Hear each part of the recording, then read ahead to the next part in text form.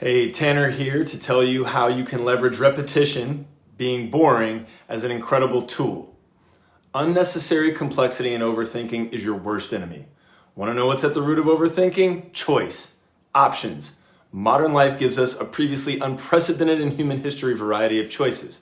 The problem with having a lot of choices is that it requires thinking, analysis, deliberation, calculation, a weighing of options. All that takes time and mental energy. It adds an element of friction and stress to something that would otherwise not be stressful if we didn't have options. 10,000 years ago, if you and I stalked and killed a buffalo, well, that's what's for dinner. If my kids gathered some wild berries, we'd be stoked to grub on those too, because we can't count on that happening next month. A lack of options keeps things simple. And when you're going through an intense period of transition, minimizing the variables is smart, and it's a smart and simple approach. First, I'm throwing a lot at you through the course of this program. Let's not add complexity where it isn't necessary. When I first transitioned to ancestral eating myself, I started with an elimination style diet because it was the simplest and most straightforward way for me to make the transition. Coming from Louisiana, my experience in the kitchen was with dishes like jambalaya and red beans and rice, po' boys. I didn't know any better at the time, so I was also eating a lot of packaged foods. I didn't have many culinary skills. So the simplest way for me to make the transition was to eat ground beef patties with raw cheese melted on top because I liked burgers and that was simple. And then I'd mix it up with some scrambled eggs, bacon, and avocado. I literally ate nothing but that for the first 3 months because I knew I could be satisfied and properly fueled without placing any stress on my time, thinking, energy, or budget. In the process, I broke my addiction to sugar. I lost 20 pounds to get as shredded as I've ever been and experienced the most intense mental clarity that up to that point I didn't even know was possible. And all without ever counting calories, macros, or weighing my food or feeling like I was going without and feeling hungry. It was as simple as that. I wanted to change. I didn't feel good. I wasn't happy with the way I looked. I was bloated and broken out all over my body, which made me super self-conscious. I always had gas and I felt like my mind existed in a permanent fog. I was committed to changing how I ate to create a solution. I found a solution, ancestral nutrition, awesome. I applied the solution in the most direct way to realize the results, the change I wanted so I could limit and avoid any potential obstacles and barriers to my success. Boom, it doesn't have to be more complicated than that. Eventually, I added more ingredients and recipes into my diet, mainly as a result of meeting my lovely wife, Lauren, who does have a lot of skills in the kitchen. But I know I can experience the success I wanted and be satisfied doing something super simple and basic, which is another point. So as a result of that experience, I don't have any anxiety about what I have access to. I know I can be happy with the basics, which is a source of foundational confidence for me, which is another reason being boring and repetitive in the beginning is a good idea. Remember, you can always add, but it's a much more valuable experience to know you can be happy subtracting, that you can be happy with less. Lesson for life there. A lot of people I know and clients I've worked with struggle with attachments, myself included at times. Their attachments to things, food, drinks, routines, habits, and comforts that are the shackles that hold them in place, ensuring they never grow and progress, destined to continue reliving the same cycles of personal regret and disappointment over and over again. Attachment, just another word for addiction. Few experiences in life are more rewarding and empowering than breaking attachments and the cycle of addictive, destructive behavior. Seemingly small victories, releasing an attachment and going into the fear of going without, can be a power, exponential momentum multiplier. The thing that builds confidence that becomes the backbone of better decision making for even bigger things. The seedlings that, pardon my French, grow into the balls that push you to do hard things, that get you to start your day with the cold plunge, do that workout you don't want to do, finish those last sets even when you're tired, and sacrifice momentary pleasure for personal growth and sustainable reward. That's what people don't talk about enough. People like to romanticize the story of their success, the big wins, the glorious victory, the after photo with abs. In my experience, the catalyst for all that is a small personal decision to break an attachment, one that most people on the outside of the experience wouldn't think was that big of a deal. Bringing things back to the practical now. Another reason to be boring and repetitive is that it's the easiest way to troubleshoot without having to calorie count, weigh your food, or any of that time-wasting tedium that most definitely adds unnecessary stress to your experience. Let's say that for lunch, I eat 3/4 pound patties of ground beef with 3 over easy eggs and a half avocado on the side with some raw blue cheese sprinkled on top because that's what I actually eat.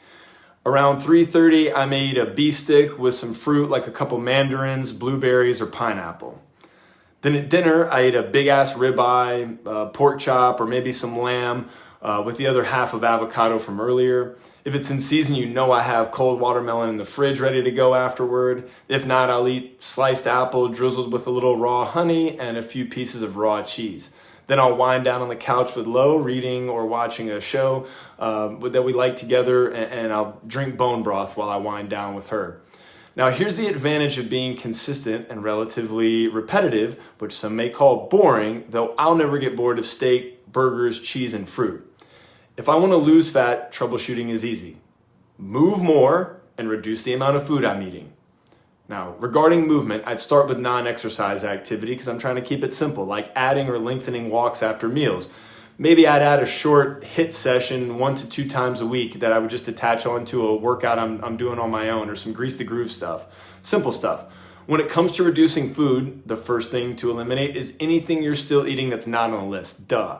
Now, once that's taken care of, starting with snacks and carbs is a good second option. So going back to my example, I'd approach reducing food in the following order. First, I'd eliminate that 330 beef stick and fruit snack, or maybe just a fruit portion. Second thing I'd look at is cut back on the amount of fruit and cheese I eat in the evening with dinner, or just eliminate it a few days a week.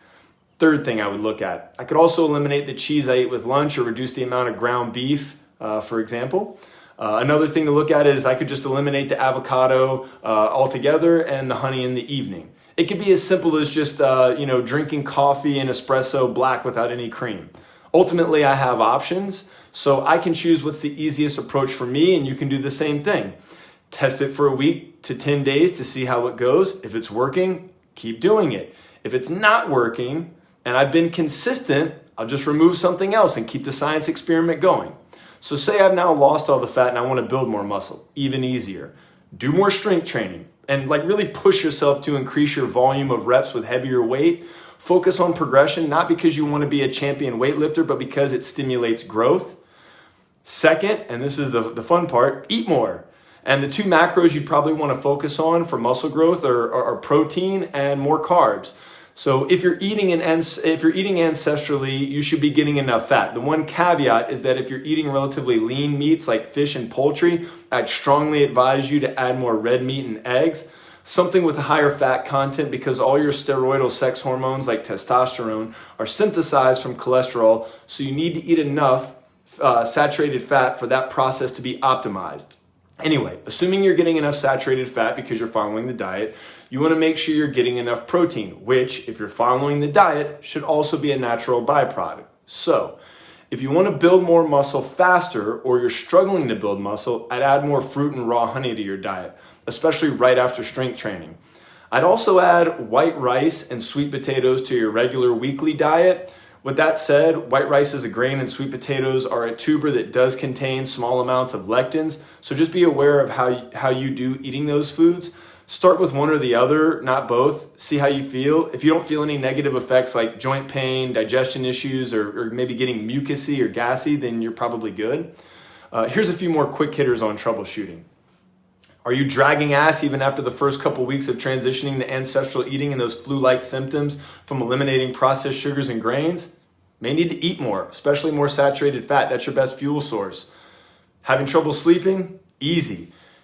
Get sunlight in your eyes in the morning. Add more salt and mineral-dense foods to your diet like organ meat and oysters. No stimulants after 2 p.m.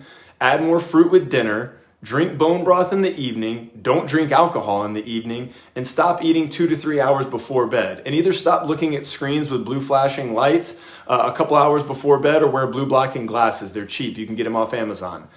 Feeling too full and uncomfortable after meals, maybe even sluggish? Slow down. Chew more. Eat less. Stop when you're 80% full. It's probably not the ingredients, it's how you're eating them that's causing that problem.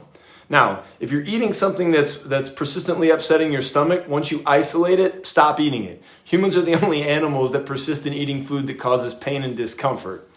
Now, the approach to change is simple.